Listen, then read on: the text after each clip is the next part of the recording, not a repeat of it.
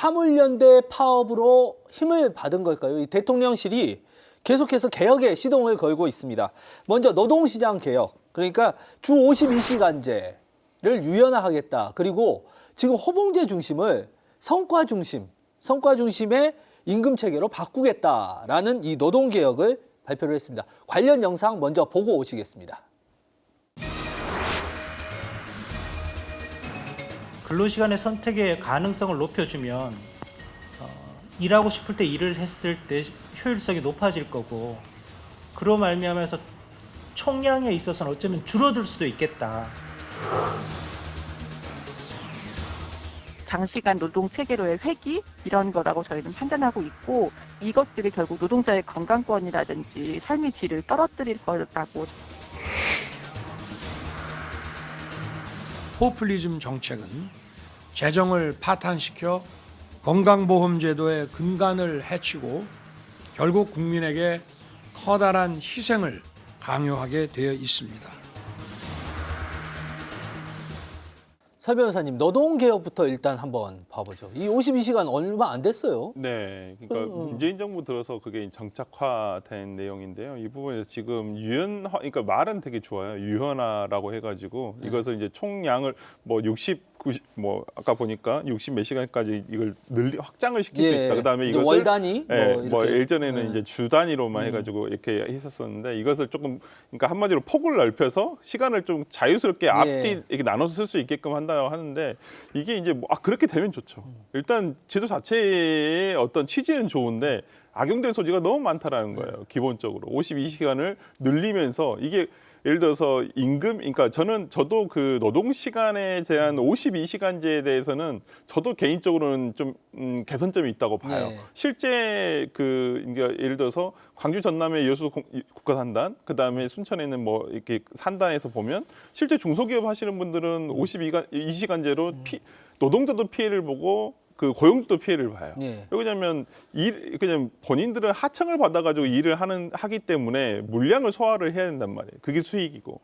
근데 이제 52시간제를 묶어두다 보니까 나중에 특근이라든지 그다음에 휴일 수당이 없어져 버린 거예요.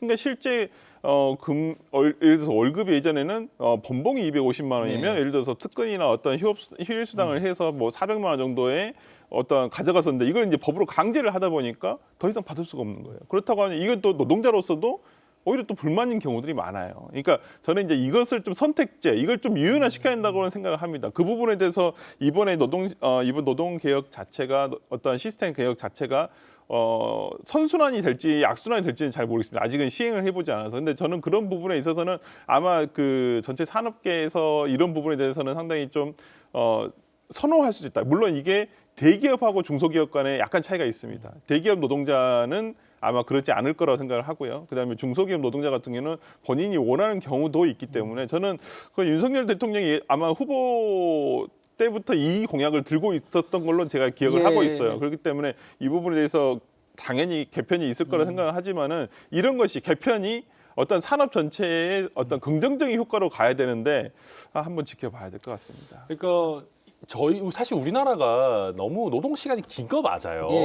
그래서 사실 정부 여당에서도 고민이 있습니다.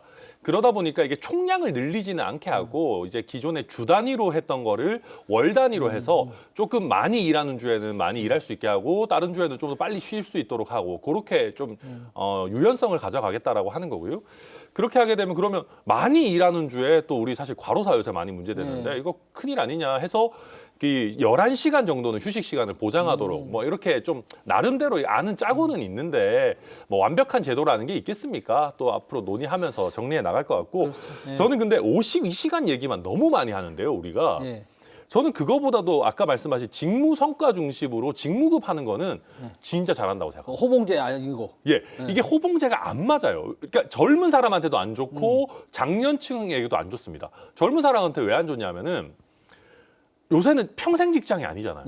옛날에는 내가 젊었을 때 좀 적게 받더라도 내가 한 20년 있어서 부장되고 뭐 하고 하면 많이 받으니까 괜찮겠지 했는데, 이제는 3년 4년마다 이직하고 막 이러는 시대예요. 그럼 내가 일하는 거에 비해서 우리 부장님 탱자탱자 노는데 저게 훨씬 더 많이 받고, 이게 말이 되냐?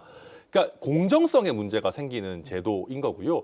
또 지금 사실 40대, 50대만 돼도 퇴직의 압박에 시달린다라고 하는데 그 압박의 원인 중에 하나가 호봉제거든요.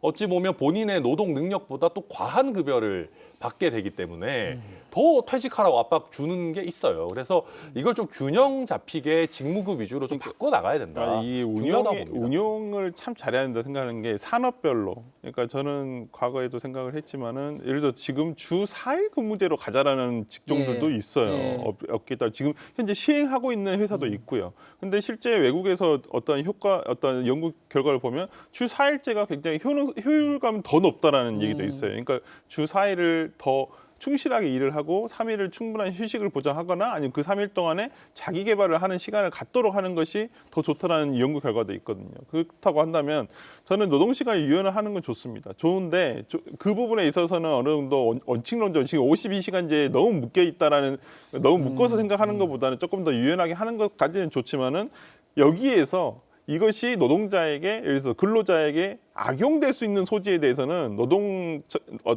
그 감독 기구에서 더욱더 엄격한 감시가 이루어져야 되지만 그래야지만 근로자에게 피해가 가지 않는다고 봅니다. 그 건강보험 관련해서는 네. 우리 천 변호사님은 어떻게 생각하세요? 문재인 케어. 그러니까 예. 사실은 그때만 하더라도 중증 질환 국가가 보장하겠습니다. 네. 그리고 서민들이 아파서 돈이 없어서 치료 못 받고 죽어가는 일은 없도록 하겠다. 굉장히 환호를 받았던 정책이에요. 네, 저희 당도 당연히 같은 생각이고요. 네. 그러니까 저희가 문재인 케어를 폐기하겠다는 게 건강보험을 폐기하겠다라는 건 아닙니다. 예. 아니 우리나라 건강보험은 전 세계적으로도 굉장히 최고죠. 좋은 평가를 네. 받고 있고 사실 이거 박정희 정부 때 사실 이게 초안을 잡아가지고 시행을 했던 거거든요. 만약에 건강보험 잘못 건드려가지고 망가뜨리잖아요. 예. 국민의힘 평생 집권 못합니다. 아. 그러니까 저희도 그 엄중함을 당연히 알고 있고요. 다만 저희가 말씀드리는 거는 그러니까 문재인 케어가 비급여 항목을 굉장히 많이 포함을 많이 시켰어요. 급여로. 급여로. 한 예. 3,500개 정도 예. 항목이 된다라고 예. 합니다. 그게 이제 너무 재정 지출이 많다 보니까 중증 질환자들에게 가야 되는 재정 부담을 그쪽으로 돌리는 거 아니냐. 그래서 네. 대통령 워딩도 뭐냐면 좀 낭비되고 있던 부분의 재원을 우리가 아껴가지고 중증 질환 때문에 가정이 파탄나거나 힘든 거를 줄이겠다. 네. 꼭 필요한 보장성을 높이겠다라고 하는 것이고요. 또 한 가지는 둘 다 하면 좋죠. 예. 중증 질환도 다 해드리고 뭐 임플란트나 탈모나 이런 것도 다 해드리면 너무 좋죠. 근데 문제는 지금 저출산 고령화 국면에서 전문가들이 그런 식으로 가면은 20, 30년 뒤면은 소득의 30% 이상을 건강보험료로 예. 내야 될 지경이다. 적자도 굉장히 커지고. 뭐 그런 취지입니다. 예. 네. 근데 저는 이 부분에서 그 대통령이 이 제도를 이렇게 설명하는 데서 상당히 잘못 설명하셨다고 봐요. 아, 일단은 네. 왜 그러냐면 지금 우리나라의 문재인 케어가 됐다고 하더라도 60%대예요 보장률이. 근데 예. 지금 OECD 평균은 80%입니다. 그러면 지금 외국의 선진국도 OECD 선진국들은 다 포퓰리즘 하고 있는 건가요? 아니잖아요. 예. 포퓰리즘 아니에요. 그리고 지금 어찌 보면 실제적으로 보장을 받고 혜택을 받던 분들이 굉장히 축소가 되게 돼 있어요. 이 부분에 대해서. 그렇다고 한다면 저는 이게 과연 개혁인지를 모르겠어요. 이번에 솔직히 말씀드리면 이 부분에 대해서는 뭐 저는 오히려 이 문재인 케어를 폐기하겠다는 것은 그냥 전임 정부에서 했던 거 다 없고 싶다라는 생각밖에는 안 들고 예. 솔직히 이 부분은 제도적으로 봤을 때 이것이 개선이다라고 보기에는 조금 저는 어렵다고 봅니다. 그러니까 제가 짧게 말씀드리면은 전임 정부에서 한 거를 다 뒤집으려고 하냐? 다 뒤집지 못합니다. 우리 정부가 연속성이 있는 거고요. 다만 전임 정부가 했던 방향이나 관점이나 철학에 국민들이 마음에 안 드셨던 부분이 있는 거기 때문에 정권 교체가 된 거고 네. 그러면 방향성이 일부 달라지는 건 불가피한 겁니다. 그걸 뭐 다 anything but 문이다 이렇게 프레임 잡을 필요 저는 없다고 보고요. 그리고 외국 사례 말씀하셨는데 우리나라는 신속성과 이 보장성이 동시에 갖춰진 체계입니다. 예. 그 80%씩 보장해주는 외국 국가들 있잖아요. 감기 한 번 걸려가지고 예약 잡으려면 한 달씩 걸립니다. 예. 코로나 때 유럽에서 많이 보여졌죠. 그렇죠. 예. 그렇게 하면서 사실은 어찌 보면 진료를 못하게 해서 예산을 아끼는 시스템으로 가고 있어요. 근데 우리는 그렇지 않거든요. 네. 즉각 진료 받을 수 있는 형태이기 때문에 비급여 항목을 늘리게 되면 그 부담이 고스란히 엄청 커지는 그런 시스템이라서 유럽처럼 우리도 예약 걸고 2달, 3달 있다 의사 만나고 싶으시면 그렇게 해도 돼요. 근데 그런 시스템으로 갈 수 없거든요. 그러다 보니까 좀 절충점을 찾아야 된다. 그런 예. 말씀입니다. 이제 논의가 시작이 됐으니까 앞으로 어떤 정부에서 계속해서 안이 나올 거고 그것이 좀 가다듬어지리라고 생각이 듭니다. 다음 주제로 좀 넘어가 보겠습니다. 연말 특사가 이제 예고가 돼 있습니다. 지난 광복절 특사가 경제인 중심이었다면 이번 연말 특사는 정치인 중심이 될 것으로 전망이 됩니다. 특히 이명박 전 대통령 또 김경수 전 경남지사가 유력 특사 대상으로 거론이 되고 있는데요. 그런데 천안함 변호사님, 네. 우리 김경수 전 지사는 이 특사라고 하는 것이 네. 가석방이라고 하는 것이 잘못을 뉘우친 수감자를 대상으로 한다. 나는 애시당초 죄가 없다. 이렇게 말을 했어요. 근데 이제 그거는 대법원 판결도 있는데 그렇게까지 하실 필요가 있나 생각하고요. 그러니까 결국 그렇게 돼서 특사 안 할 것 같습니다. 아, 그래요? 네, 네. 그러니까 지금 여권이나 대통령실에서도 아니 무슨 사면 맡겨놨냐, 왜 이렇게까지 하시냐 이런 분위기라 가지고 안 할 것 같고요. 그러니까 이제 아마 본인은 김경수 지사 본인은 나를 MB의 뭐 어떤 협상칩 같은 걸로 쓰지 마라, 그거 불쾌하다. 저는 그거는 충분히 이해를 하는데 본인께서도 거부 의사를 밝힌 마당에 특사 뭐 어떻게 하겠습니까? 네. 그래요? 그러면 여권 인사만 특사를 한다는 건가요? 아마 그 전병헌 의원이나 뭐 야권에 몇 분 있으실 텐데 김경수 지사 안 하게 되면 사실 그게 좀 굉장히 별로 의미가 없어지긴 할 거거든요. 정치적인 부담이 대통령실도 있기는 있을 텐데 김경수 지사 본인이 나는 뉘우치고 있지 않다 이러는데 사실 어떻게 하겠습니까? 네. 네, 뭐 뉘우치지 않는 것은 이명박 대통령도 마찬가지예요. 사죄하지 않으셨어요? 지금까지도. 그죠. 하지만 조용히는 하잖아요. 보통은 조용히 있으면서 특사해주면 그냥 이렇게 하고 왜 그냥 조용하시냐? 네. 돈 내기 싫어서. 벌금 아직 안 내셨어요. 82억 있으신데 네. 원래 사면의 조건은 추징금이라든지 벌금을 모두 다 완납한 경우에 해줍니다. 원칙적으로. 네. 그게 원칙이에요. 그런데 지금 이명박 대통령 벌금 지금까지도 안 내고 계세요. 저는 그러니까 조용히 하실 수밖에 없죠. 80억이 달려 있는데. 그러면 특사가 되면 특사인데 특별 사면 받고 사면 사면이 되면 되면 벌금도 사면이 돼요. 벌금도 날아가요. 네. 네. 그런가요? 네, 저는 그래서 이명박 대통령 지금 조용하실 수밖에 없고, 그러니까 요즘 이명박 대통령에게 가장 안 좋은 말, 건강하십니까? 건강하시면 안 되거든요, 이분. 건강하시면 지금 아니 그렇다고 또 건강하시면 안 형 되는 게 집행정지도 어디 지금 안 되게 돼 있어요. 네. 그렇기 때문에 참 그런 상황인데 저는 김경수 지사의 어떤 그 지금의 이런 논의가 본인으로서는 굉장히 자존심 상할 것 같아요. 왜냐하면 민주당에서 김경수 지사에 대해서 사면 복권해달라 하지 않았어요. 오히려 민주당에서는 그냥 이제 얼마 남지 않았어요. 특히 5개월밖에 남지 않았고 물론 하루하루가 힘들죠. 그 안에서 특히나 추운 겨울에 그렇지만은 그렇다고 해서 어떠한 이걸 패키지로 어떤 이명박 대통령만 해주기가 좀 그러니까 이거 야당에서 예를 들어서 좀 중량감 있는 인사를 같이 섞어서 해준다. 본인은 그렇게 제가 김경수 지사라도 바라지 않을 거라고 생각을 하고요. 그렇다고 해서 이 사람에 대해서 나온다고 한들 예를 들어서 복권이 되지 않은 상황에서 나오면 정치적으로 무슨 의미가 있습니까? 당연히 정치 활동은 할 수가 있죠. 그냥 초야에 묻혀서 할 수 있겠지만은 정치인이란 건 기성 정치인이었잖아요. 그렇다고 한다면 제도권에서 본인이 뭘 할 수가 있어야 되는데 복권이 되지 않으면 2028년도까지는 피선거권이 없단 말이에요. 그러면 앞으로도 몇 년간 한 5, 6년간은 계속 야인으로 살 수밖에 없는 상황인데 그건 한계가 있단 말이죠. 그렇기 때문에 오히려 저는 이번에 그 김경수 지사가 사면돼서 나온다.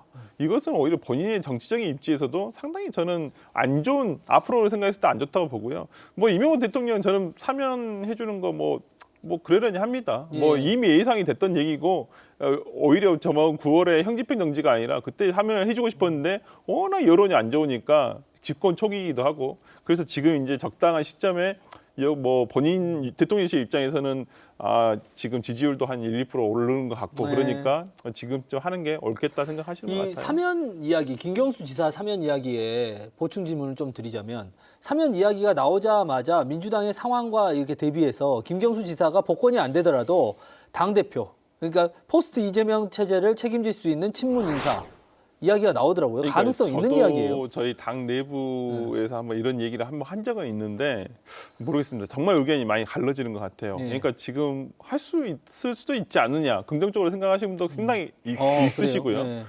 또 어떤 분들은 그래요.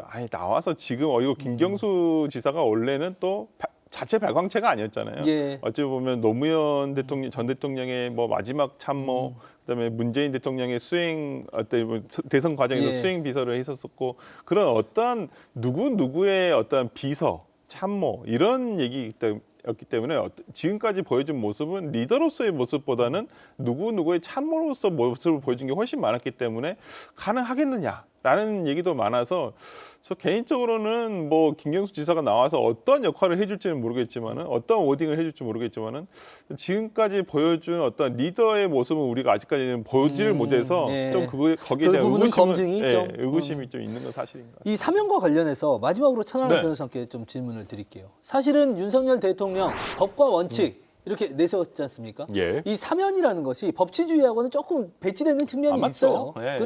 그런데 거기다가 정치권을 사면해주면서 여야의 중량감을 좀 맞추지 않는 것은 더더욱 또 논란이 될 수 있지 않을까요? 부담이 되겠죠. 그리고 이제 사실 좀 슬프다면 슬픈 얘기인데 그 이명박 전 대통령은 저희 진영에서도 막 엄청 사랑하고 이러지 않아요. 그냥 뭐 해주는갑다 뭐 이런 네. 거라서 크게 정치적인 득점은 없고 이게 사실은 법과 원칙이나 뭐 야당 왜 안 하냐 이 부담이 되는 건 사실이거든요. 네.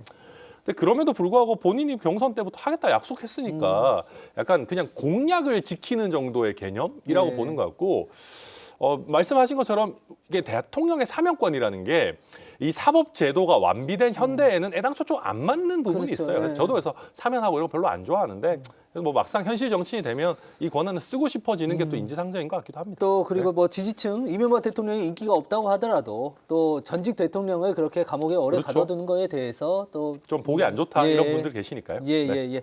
다음 주제로 넘어가 보겠습니다. 정치권의 부는 검찰의 칼바람입니다. 지난 14일 박지원 전 원장까지 서해 공무원 피격 사건 관련해서 검찰 조사를 받았습니다.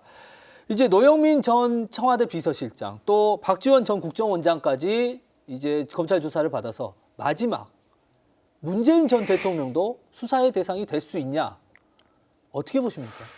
문재인 대통령까지는 아마 수사를 하기에는 좀 어렵지 않을까. 부담이 물론 많이 될 것이다. 조사는 가능하다고 봅니다. 예. 참고인 조사. 왜 그러냐면 이거에 대해서 지금 삭제 지시가 있었느냐 없었느냐라는 부분에 대해서 지시를 받지 않았다고 얘기를 하고 있어요. 모든 혐의자들이. 예. 그러면 이것을 명령을 할 수 있는 대통령에게 물어봐야 될 거지 않겠습니까? 한 적이 있냐 없냐. 없다고 한다면 없었으니까 이만이 맞구나.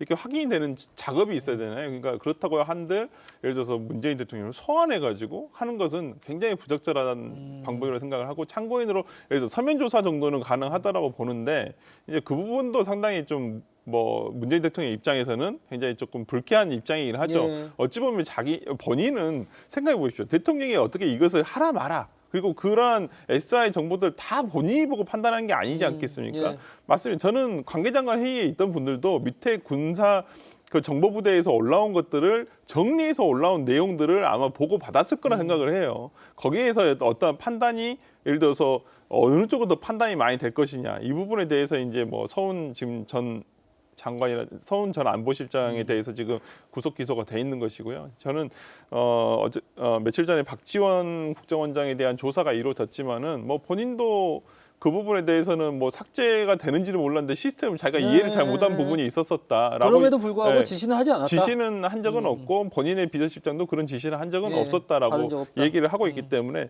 박지원 전 원장이 얘기한 대로 저는 박지원 원장까지 마무리해서 예. 끝나지 않겠느냐라는 생각을 합니다. 그렇게 보신가요?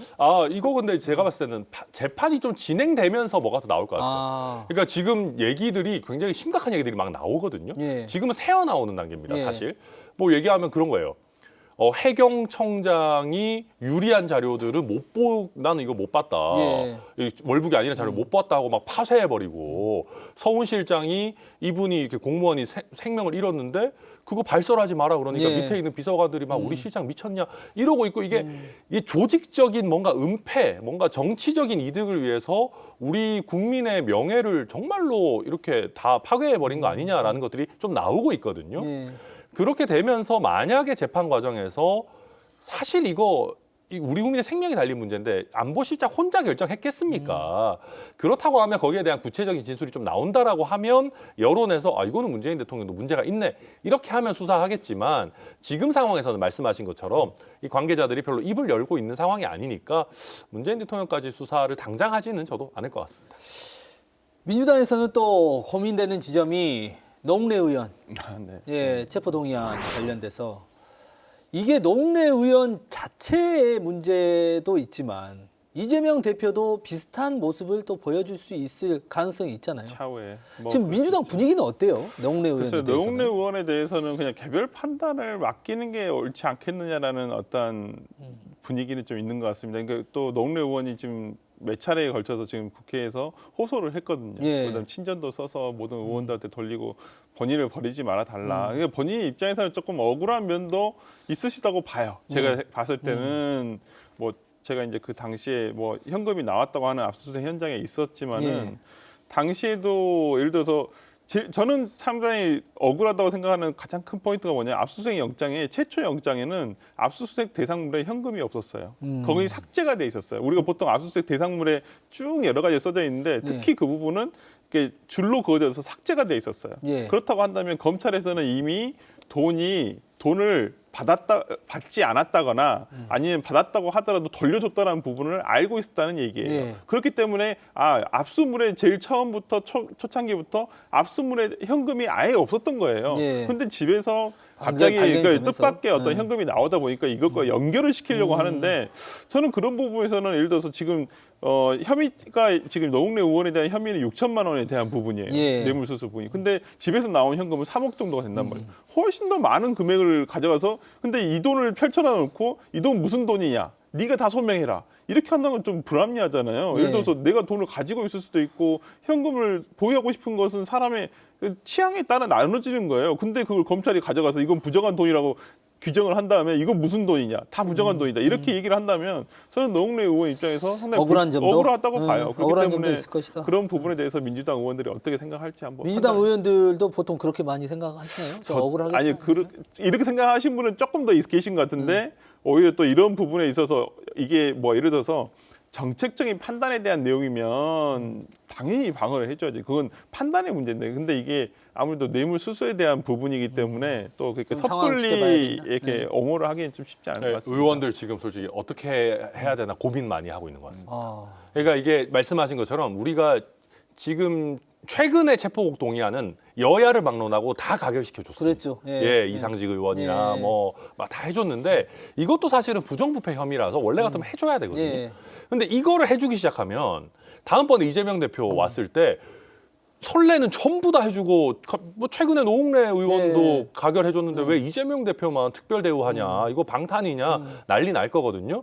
그래서 제가 만약에 민주당 지도부라면은 저는 부결시키려고 할 것 같아요. 아. 그래서 오히려 우리는 최근에 좀 부결해왔다. 이거 검찰 정권 들어서가지고 우리는 다 이거 좀 방어하는 태세다. 이렇게 가는 게 조금 더 일관성 있어 보이지 않을까. 그리고 저는 뭐 이제 그렇게 보입니다. 당내 역학 구도에 있어서도 어찌 보면 노웅래 의원이 친문은이라고 딱 명확하게 색깔이 있었던 것은 아니시지만은 네. 그래도 친문으로 이렇게 그 분류가 어느 정도 돼 있고 그런 부분에 있어서 예를 들어서 그 제가 봤을 때는 지금 당 대표 입장에서도 이런 부분까지 우리가 막아주지 못하면 정말 나중에 나에게 왔었을 때 예를 들어서 우리 당의 다른 의견을 가지고 있으신 분들이 또 그때 또 큰 목소리를 낼 수가 있기 때문에 저는 이번에는 오히려 노웅래 의원 말도 아예 틀린 말이 아니기 때문에 네. 저는 그 부분에 있어서는 조금 당에서 부결 쪽으로 가야 되지 않을까 저 개인적인 생각은 그렇습니다. 지금 저희가 이야기하고 있는 것이 정치권에 부는 검찰의 칼바람입니다. 그래서 네. 지금 뭐 문재인 정권 인사들, 이재명 당대표, 노웅래 의원, 최근에는 또 김만배 씨에 대한 수사도 더 확대되는 것 같더라고요. 네, 지금 김만배 씨 뭐 좀 극단적인 시도도 예, 하고 또 예.